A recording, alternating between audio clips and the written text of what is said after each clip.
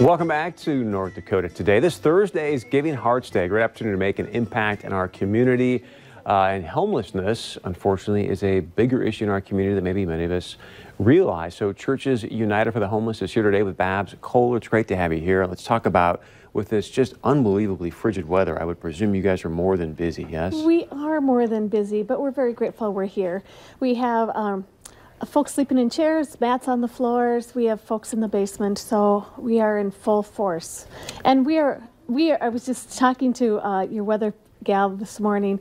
We are so grateful for your weather reports because we are still essential. We still go to work. We don't get to have snow days. Right. No snow days for you guys. You know, I think growing up here, many people think, oh, homelessness, it's not that pervasive of a problem in our community. You say what to that? I say that we are pretty good at hiding it. We serve at least 450 people a day. Between our shelter, the Dorothy Day shelter, we merged as of January 1. We have 2 food pantries, and then we've got an apartment building where we house 43 households. And we serve 450 people a day, and we are one of 5 shelters in the community. What's the key to helping us sort of eradicate this problem? Affordable housing. There are so many people that work and still can't afford the housing costs in our community. That's a really big one. Affordable housing. But you're saying there's a lot of people that are out there working a job and then can't afford housing in our community. Yes. And we have parents who are working 2, 3 jobs and still can't afford it. So think of you as a parent. What's your biggest fear is not being able to take care of your kids, and you're working as hard as you can and you still can't make it. Wow, that stuns me. Then you add on to that, you know, mental health issues, addictions, and whatever other barriers. If you had a felony, we had a gentleman last year who stayed with us, had a felony on his record from 27 years ago and still couldn't find a landlord to rent to him. Had a really good job, had money in the bank, but couldn't find a landlord to rent to him. So we were able to step in and work with landlords and find him a place to live. So talk about, how your organization helps with people that are struggling through homelessness or having different issues, so that people are going, oh, you know what, I want to help these guys on Thursday.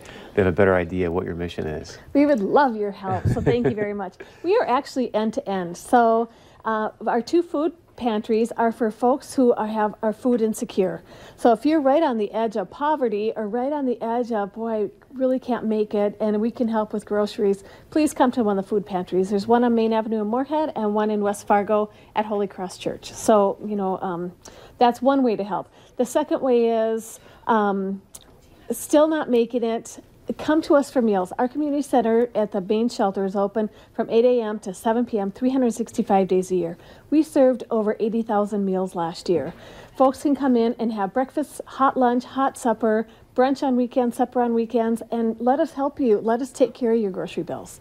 So that's one way. The second way is still just can't make it. The shelter will help you with assign you a case manager. We've got advocates there. We have a shelter nurse. Oftentimes health is an issue. Whether it's diabetes, whether it's chronic health issue, or it's a parent who's working a full-time minimum wage job, has to take care of a sick child, and just misses a couple days work, doesn't get paid for those days, whatever the issue is, we can help you then get back on your feet, get into affordable, stable housing, work with the landlords.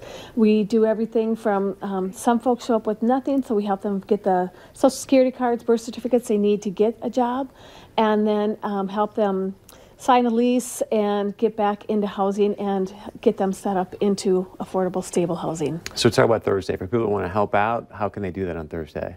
Well, go out to givingheartsday.org and please give to Churches United. That's the best way. Every dollar counts. Every single dollar that we get goes back to the people that we serve. We have everything from we're meeting with More Engineering this afternoon, who's bringing us a check for $11,000, which we are so grateful for. We have a 10-year-old. Kembry just turned 10 years old. She's an entrepreneur, has had a business for 2 years. She gave us some bath bombs to give to folks. Thank you very much. Anybody take that home, and here's one for Lisa Badeau. She makes it. She's had a business for 2 years, and she chose us this year that any proceeds to anybody who buys a bath bomb. Her link is on our Facebook site. You can go out and buy a bath bomb and support us that way. But please just go out and give. To us, to any of the other organizations. Your dollars. Last year we had the most transactions of any organization, which we're so proud of. But it's $5, $10, and it all makes such a difference to our community, to the 450 people that we serve every day. Thank you, Bess. Appreciate it. Thanks for having me. GivingHeartsDay.org. Check it out and stay with us. Much more coming up right after this.